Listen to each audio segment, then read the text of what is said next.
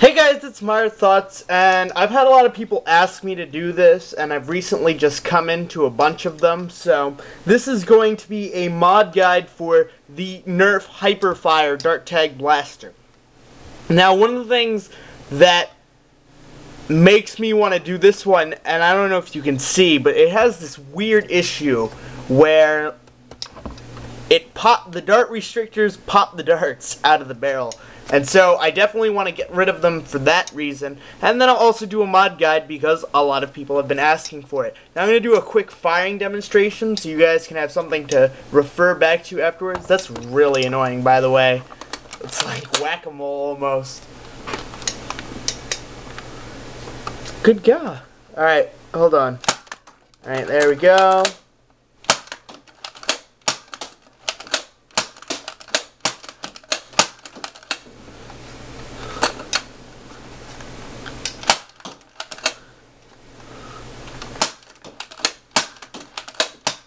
And so, it's a decent blaster stock when it's not trying to shoot the darts out of the barrel prematurely, but it will shoot about 25 to 30 feet stock. So we're going to try and improve on that. I'm going to open it up, I'm going to show you guys what the internals look like, and then I'm going to show you what I do to it.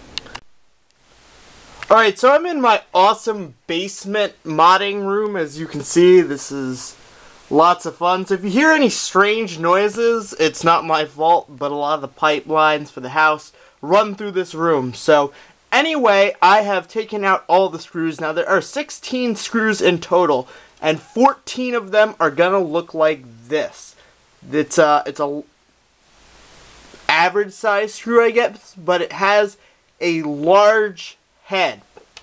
Now there are two other screws in the shell at least, and they're both part of the priming slide. Now, the one in the back here is this longer screw. Now, it's longer than the body screws, as you can see, but it has a smaller head. There's also another screw in the front of the priming handle, which is a little bit shorter, it looks like, and it also has a smaller head. So, that being said, most of your screws will look like this right here, but there are two other ones, if you're wondering where they go: long in the back, short in the front.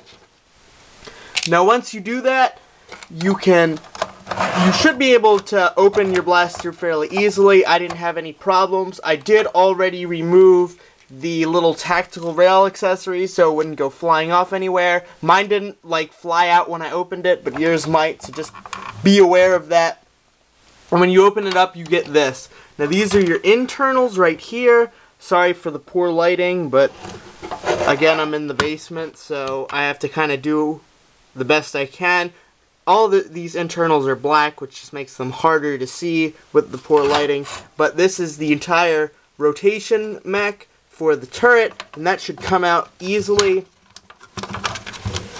And it will split into two pieces. This is like a little back half that sits here, right? I mean, it's hard to see, but it sits there. That's the plunger tube. So I'm going to be opening up the turret, removing the air restrictors, and then I'm going to be opening. I'm definitely going to re-grease the O-ring in here, and I don't know if I'll be able to add a spring or not, but we'll see how that goes when I open it up. Okay, so I've opened this turret up, and basically there are 5 screws in the back of it. And they all are these small silver screws, so you shouldn't get them confused with the body screws. Then once you take all of them out, you can just pop the turret off. Now, again, I've already opened this, so it's missing some of its parts. But this is basically what you need to know. So these are the air restrictors, and there's 3 parts to them. And I take off the parts. Let me see if I can't get a complete one. Alright. So there are 3 parts. There's this spring, there's this little pusher piece that goes through the dart peg, and then there's the dart peg. Now you don't need the spring or the pusher piece. You only need this dart peg. So go through your turret, take out all of those pieces until you have 10 of these dart pegs, and we can move on to the next step. Okay, so this next part is pretty simple. Basically, you're going to need a Dremel with one of these conical bits. What you do is you take your dart peg and you drill through the back of it. Now you have to be very, very careful, because if you mess up this outer ring, it won't seal correctly on the barrel. Basically what you're looking for is this. So as you can see, I've drilled through the center of it. I didn't mess up this outer line. It's still intact. That's what's very important. Now if you don't have a Dremel, you could still accomplish a little bit. It would shoot Steffens and other darts, because I don't think it shoots streamlines very well stock, by taking the dart peg and snapping it off at the base. Because you're not going to put the other part of the air restrictor in, you still get a little bit more airflow, but it's not going to be quite as good. Okay, so once you've drilled through all 10 ARs, you can basically put them back on the slots and your turret will be ready to go back together. Now, when you put this black piece back down, kind of line them up with the screw pegs, make sure they're lined up, and it should just kind of click back together like that. And then if you hold it upside down, it should hold by itself. Now, obviously put the screws back in, but another thing to be aware of is for this rotation mech, it's not fastened by anything, so this piece will probably slide off. Just kind of make sure that you slide it back on into its little slot right there before you put it back in its shell. Okay, so the plunger tube assembly comes apart very easily. Make sure that you don't lose the front piece that connects to the turret. In fact, you might just want to leave it in there like I did when you pull it out. It basically comes out very easily. Now, it does have a very decent seal, so I don't think I'm going to increase the seal, but I probably will add some grease because it's old. And obviously I don't have the catch spring on it right now. The catch spring looks like this. Don't lose it.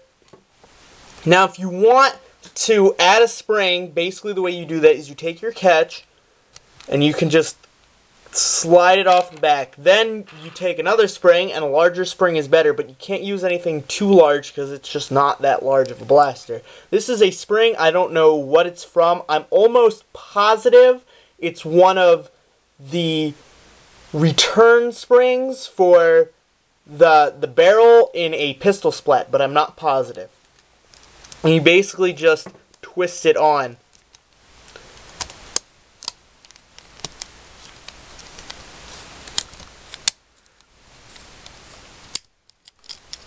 Like so. Again, you can't use anything too big because the plunger head just isn't that big, so this spring that I just added seems like it's pretty much the largest thing I can put on there. I have no way of knowing if the stock catch spring will be good enough to hold that, but I will do some tests, and if it doesn't seem like it will, then I will upgrade the catch and tell you that. Okay, so I have confirmed and the stock catch will hold. Now, I can't guarantee that it will hold for every spring upgrade, but for at least this one, it does. So, what I'd recommend to test is basically take the other half of the shell, put it back together kind of like that. You don't need to put the turret back on. Hold it real tight and use a screwdriver. You can use the same one that you used to take it apart and prime it. If it catches, then it should be okay. Don't do it a lot because it's bad to dry fire a blaster, but if you just need to check real quick and verify that the catch holds, it's a good way to do it. Plus, if for some reason the catch doesn't hold or it pops out, it will stay in the blaster and you won't lose it. So that's my recommendation. Other than that, this blaster is ready to go back together, and I will see you back upstairs when I do a range test. Okay, so this is the finished Dart Tag Hyperfire, and I'm going to come out and say it right now that it's bad. Now, with the mods that I've done, taking out the AR, I've added a spring. That should mean that it's getting better ranges. However, as I'm going to show you, there's literally zero improvement with stock darts. Now this is the reason why. Here's a stock dart here. If I load it into one of the barrels, you can see there's quite a bit of space. The reason for that is the barrels in here are not uniform in diameter. They get wider at the front and lose good dart space. So you only really have a good catch for about ½ an inch, which isn't very much. Maybe an inch. So when I increase the airflow and increase the power, I also simultaneously took out the dart peg, which removed some of the tightness of the barrel, which in return means I'm shooting just about the same. Now, if you take a Stefan with tight dart fit,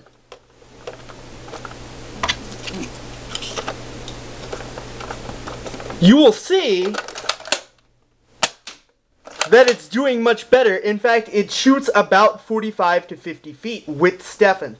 Now, that bothers me because in Stock Class Wars, you're not going to be using Stefans, and in NIC Wars, you're not going to be using the Hyperfire. So what that basically means is, unless you're going to rebarrel this Hyperfire, it's not really worth modding. Now, that isn't to say that there weren't some benefits. Of course, it doesn't do that thing where it tries to eject the darts anymore. As you can see, once you put the darts in there, they're not going anywhere. But since you're not really seeing much of a range increase, it's not really worth it. The only other thing I could think of is if you just remove the ARs but left the dart pegs intact, maybe you'd see a range increase with stock darts. But I'm not sure, and I don't really plan on taking apart another Dart Tag Hyperfire to find out. But that is the Dart Tag Hyperfire. If you're willing to use Stefans, you can hit 45 to 50 feet with it pretty easily. If you're willing to go through the effort of rebarreling it, you could do the same thing. But if you just want to use stock darts, it's probably not worth modding. That is the Dart Tag Hyperfire. Thanks for watching.